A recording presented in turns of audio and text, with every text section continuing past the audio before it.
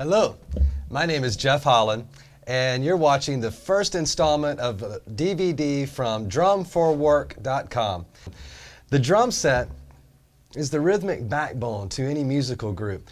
And our three subcategories that we're going to cover, one is play musically, which is what a drummer has to do. You have to be able to understand the concept of time, subdivisions, and dynamics. Number two is think melodically. This is something that a lot of drummers overlook, and they forget that we're actually playing musically. We're actually playing to a song.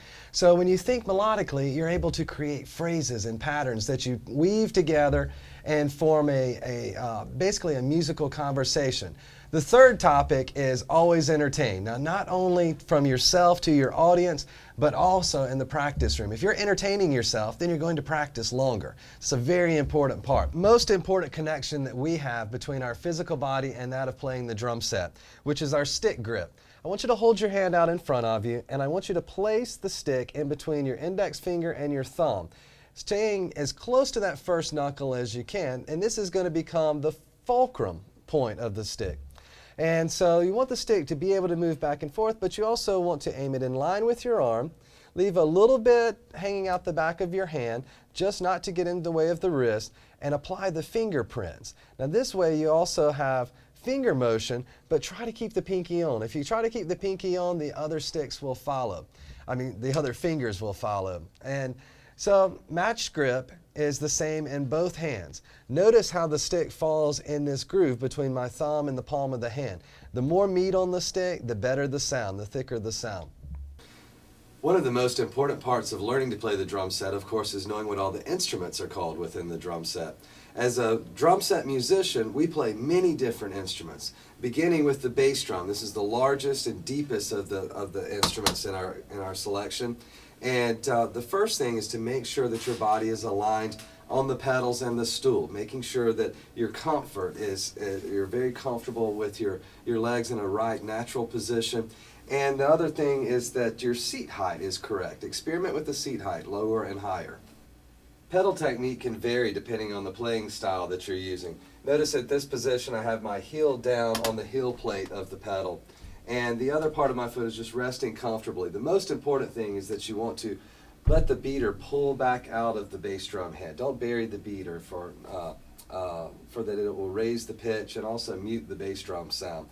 As you start to acquire more speed and need to lift your foot up, you can raise the heel up or use a combination of techniques depending on, there again, on your playing style.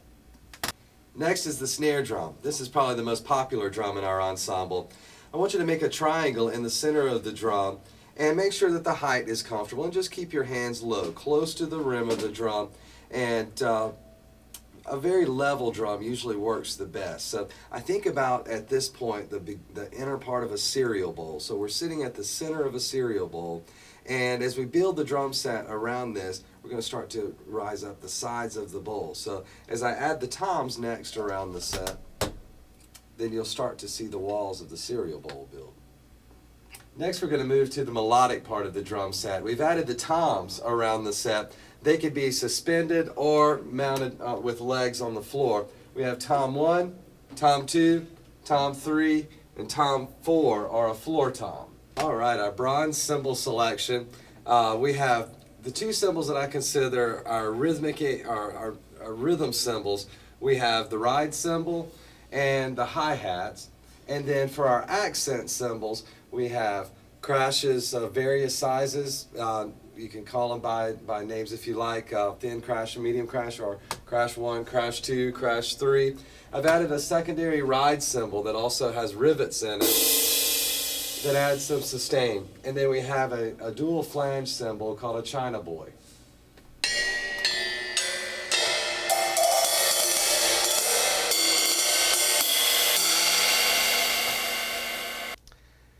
Drumming is a very physical activity. Just like an athlete conditions their body, we're going to do the same approach for learning to play the drum set. We learn to condition our hands, our fingers, our wrist, also staying in shape, maintaining good health and good exercise habits. The first couple of exercises that I'd like to share with you are really the foundation for everything that we build around the drum set.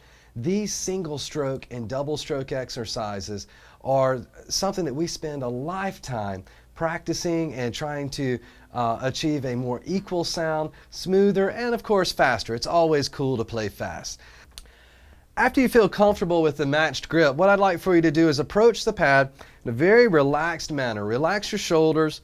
Keep your elbows at your side where they would normally hang by your side if your arms were just draped by your side. And what I'd like for you to do is raise the sticks up and then let the tips meet in the middle to form a triangle on the pad. Keeping your wrist low to where you're creating the best contact point with the stick to the pad is the flattest surface of the stick. This is your fullest, thickest sound. So from this triangle form with the wrist down low, I want you to flex the wrist up, lift the tips of the sticks up to a 45-degree angle. Now consider this start position. If you start down near the pad, you have to do 2 motions before you can play. You have to lift the stick and then play into the pad. If you start up high, all you have to do is play and return to that start position. So it's a full stroke. What I want to do first is the single stroke roll. I'm just going to alternate hands right to left. Start slow enough to where you can concentrate on each one of the strokes. Right, left, right, left. Now I'm also listening for balance in the sound, making sure that both hands are exactly the same. Trying to produce a straight up and down stroke. You could always check yourself against the stick.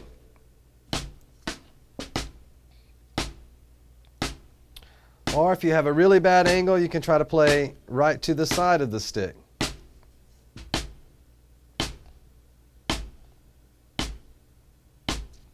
Now I'm going to increase the speed of this single stroke roll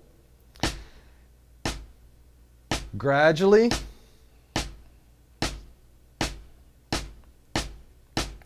Now there'll come a point where I start to concentrate more on a hand-to-hand motion. So there are several transition points throughout this exercise. Remember, stay relaxed.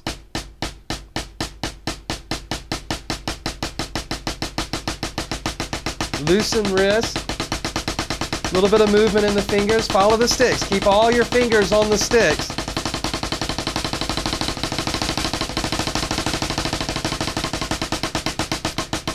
And then gradually decrease your speed and return to start position. And you want to go through that about 3 times. Gradually slow, gradually faster, and then slow again. The same exercise can be applied to double stroke roll, only if the single was 1 per hand, the double is going to be 2. Right, right, left, left, right, right, left, left.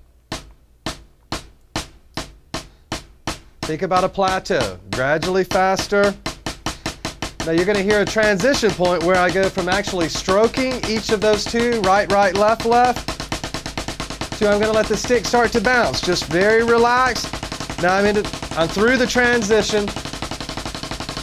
So now for each one of my wrist strokes, I'm creating 2 bounces, or a bounce on the pad. Make sure you're only getting 2 clean strokes. Don't let the stick have too much pressure. Don't apply too much pressure to the stick or you'll bury the stick in the pad.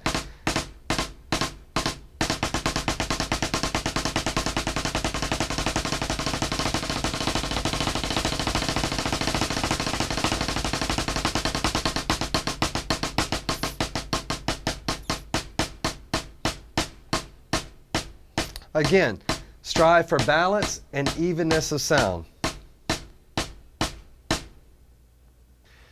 These single stroke and double stroke exercises are our first 2 rudiments. Rudiments were actually early military signals that they would send calls to the troops by using a snare drum on the battlefield. For instance, sometimes, here's an easy one to recognize. Our first, or probably most popular combination of single stroke and double strokes creates a rudiment that everybody's pretty familiar with called the paradiddle. Now this is combined with 2 single strokes, right, left, and then a double stroke, right, right, left, right, left, left, of course the mirror image, right, left, right, right, left, right, left, left, right, left, right, right, left, right, left, left, right, left, right, right, left, right, left, left.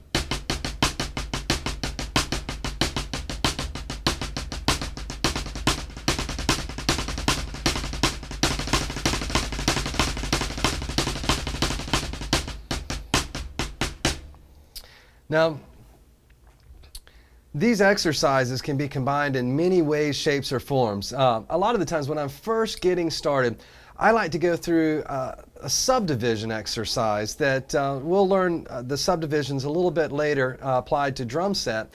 But what I do is I start off with this paradiddle idea, just a single on each hand and then two on a hand. So pick a number, do that one time per each hand and double it, and then switch hands. So for instance, the paradiddle is actually a 1, 1, 1, 2. Then the opposite, 1, 1, 2. 1, 1, 1, 2. 1, 1, 1, 2. 2, 2, 4. 1, 2, 1, 2, 1, 2, 3, 4. 1, 2, 1, 2, 1, 2, 3, 4. 1, 2, 1, 2, 1, 2, 3, 4. 3, 3, 6. 1, 2, 3, 1, 2, 3, 1, 2, 3, 4, 5, 6. 1, 2, 3, 1, 2, 3, 1, 2, 3, 4, 5, 6.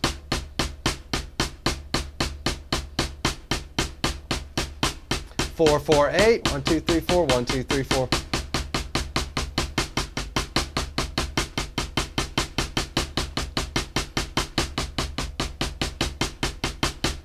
6, 6, 12.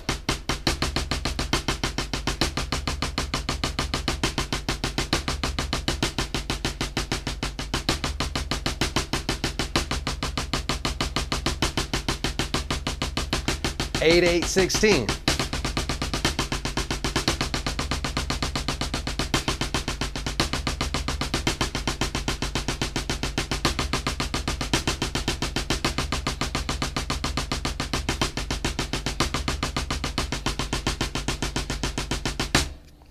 'We're going to move to the idea of playing musically.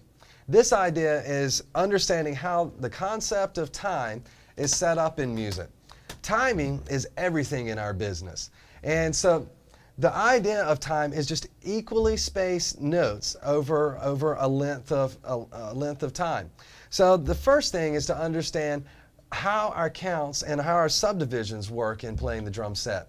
I'm going to start with a series of rhythms, and I'm going to build them from quarter notes, which is one note per beat, 1, 2, 3, 4, 1, 2, 3, to eighth notes, 1 and 2 and 3 and 4, and 1 and 2 and 3 and 4. Triplets, 1 triplet, 2 triplet, 3 triplet, 4 triplet, 1 triplet, 2 triplet, 3 triplet. 16ths, 1 E and a 2 E and a 3 E and a 4 E and 1 E and a 2 E and a 3 and a 4. Next, we're going to incorporate these subdivisions into the whole of the kit. We're going to use the toms and also the crash cymbal. I want you to think of creating music in the same way that you would learn a language. First, you learn bits and pieces. For instance, the letter of the alphabet as a note or relative to a note. And then you start to connect these notes together and you form a word. Eventually, you put the words together into a sentence. And think of the sentence as a musical phrase with punctuation at the end. Also, dynamics, even with the overall dynamic, how loud or soft that you're playing, but also within each pattern, how loud or soft individual letters or notes are. In the same way that phonically we create a language, think of that as a musical language on drum set. This phrase that I'm going to build, you're going to hear 3 measures of time and a fill-in. In other words, a musical cue, a small break, followed by a crash cymbal as if we had the punctuation at the end of the sentence, and then returning back into the phrase. I'll repeat each fill-in twice, and I'm going to begin with quarter notes, eighth notes, eighth note triplets, 16ths. I'm going to add 16th note triplets and 32nd notes. These are our basic fill-ins, or the idea of a musical break. It's the equivalent of yelling, "Hey guys, pay attention, we're going to change something in the song." So I'm going to begin with an eighth note rhythm, and you can use any rhythm with this exercise, but the eighth note rhythm that I'm going to use is very simple, so you can find something within that rhythm to tie the fill into. So musically, I want you to think about what's coming up in the fill-in. Drummers have to be ahead of their game, thinking about the musical phrasing before we get to it. 1 and 2 and 3 and 4 and 1 and 2 and 3 and 4. 2, 3, 2, quarter note fill. 1 and 2 and 3 and 4 and 1 and 2 and 3 and 4. I'm going to repeat that quarter note fill, 1 per drum. 1, 2, 3, 4. 1 and 2 and 3 and 4 and 1. Now notice I counted the and in between. This way you keep your spaces. Next is the eighth note fill in 3 and 4 and 1 and 2, 3 and 4. So I increase the number to 2 per drum. Split it up equally around the set at first, just to get the feel of how it's equally spaced. 1 and 2, 3 and 4 and 1. Next, the eighth note triplet fill. Notice how my hands alternate on each one of these. 1 triplet, 2 triplet, 3 triplet, 4 triplet, 1. This creates a polyrhythmic phrase over the eighth note rhythm. 1 triplet, 2 triplet, 3 triplet, 4 triplet. 1 triplet, 2 triplet, 3 triplet, 4 triplet. I'm going to do that one more time. Listen to my hi-hat this time. 1 triplet, 2 triplet, 3 triplet, 4 triplet.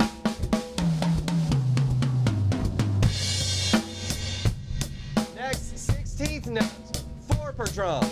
1 E and a 2 E and a pa-pa-pa-pa fill. 1 E and a 2 E and a 1, 2, 3, 4. 2, 2, 3, 4. 3, 2, pa-pa-pa-pa fill. 1 E and a 2 E and a 3 E and a 4 E and a 1. 16th note triplets. These can be based off of the 8th note. 1, 2, 3, 4, 5, 6, 1, 2, 3, 4, 5, 6, 7. Or you can also count them 1 triplet, and triplet, 2 triplet, and triplet, 3 triplet, and triplet, 4 triplet, and triplet. 1, 2, diggity, diggity, go. Last but not least, our 32nd notes. We're doubling the 16ths, 8 per drum.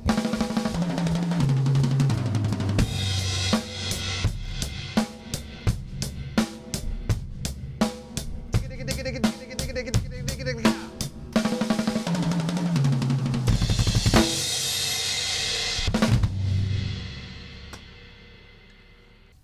Next, I want to introduce the idea of creating shuffles and swings out of these contemporary patterns. Out of any of these variations that we just covered, you're able to take those and shuffle them or swing them.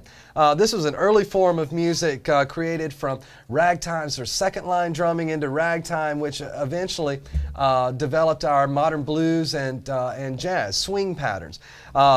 I'm going to play eighth notes with my sticks. I'm going to click eighth notes. I'm going to keep the quarter note pulse on the hi-hat, and then I'm going to switch into a triplet swing by converting eighth notes to eighth note triplets and then leaving out the middle triplet. For instance, here are eighth notes. 1 and 2 and 3 and 4 and 1 and 2. Here are eighth note triplets. 1 triplet, 2 triplet, 3 triplet, 4 triplet. That creates our shuffle. Swing, most of the time we just think about dropping the pickup note before 1 and 3. 1, 2, I'm sorry, before 2 and 4. 1 triplet, 2 triplet, 3 triplet, 4 triplet. 1 triplet, 2 triplet, 3 triplet, 4 triplet, 1. So from the contemporary patterns, for drum set, shuffles, or swing, what I'm going to do is take a straight eighth note pattern, and 2, and 3, and 4, and I'm going to convert it to eighth note triplets, and leaving out the middle triplet. 1 triplet, 2 triplet, 3 triplet, 4 triplet, 1 triplet, 2 triplet, 3 triplet. Now there are many different forms of swings and shuffles. A basic swing would be leaving out the hi-hat before the snare, or before the 2 and the 4. This is a popular swing pattern that you hear a lot of the times in jazz. 1, 2, 3, 4. 1 triplet, 2 triplet, 3 triplet, 4 triplet. 1, 2, 3, 4, 1, 2.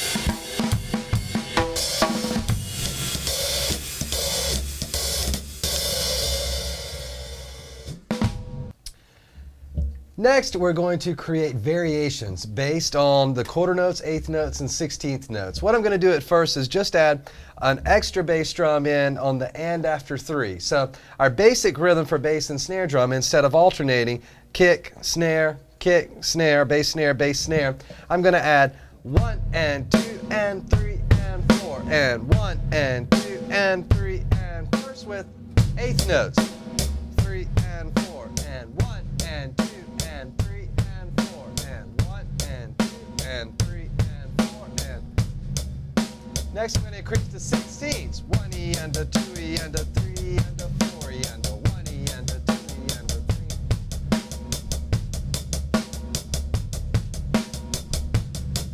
3. Now all the way back to quarters, 1 and 2 and 3 and 4 and 1 and 2 and 3 and 4 and 1 and 2 and 3.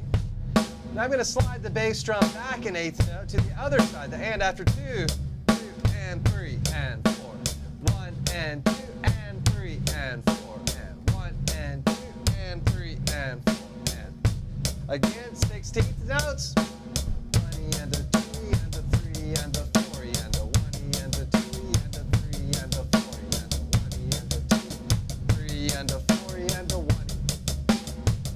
Next quarters, 1 and 2 and 3 and 4 and 1 and 2 and 3 and 4 and 1 and 2 and 3 and 4 and 1 and 2. Now a couple other variations, 1 and 2 and 3 and 4.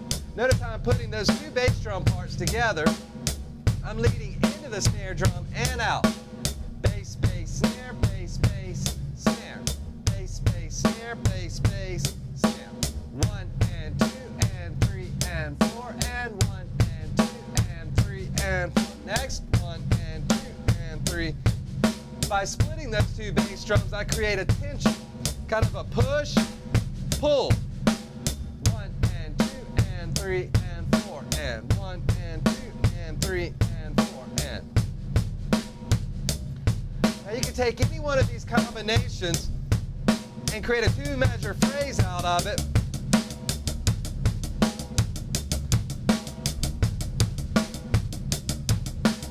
One more before we go to the 2-measure phrases. Quarter notes, bass, bass, snare, bass, hat, bass, snare, bass, bass, snare, bass, hat, bass, snare. Now I'm going to use our last two patterns to create a musical phrase.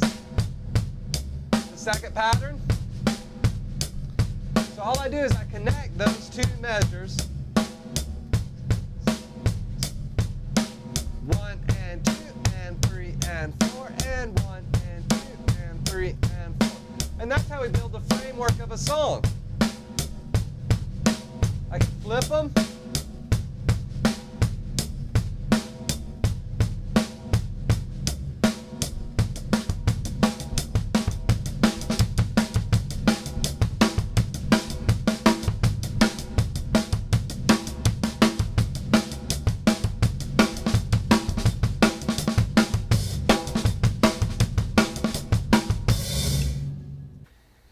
Thank you for working with me today.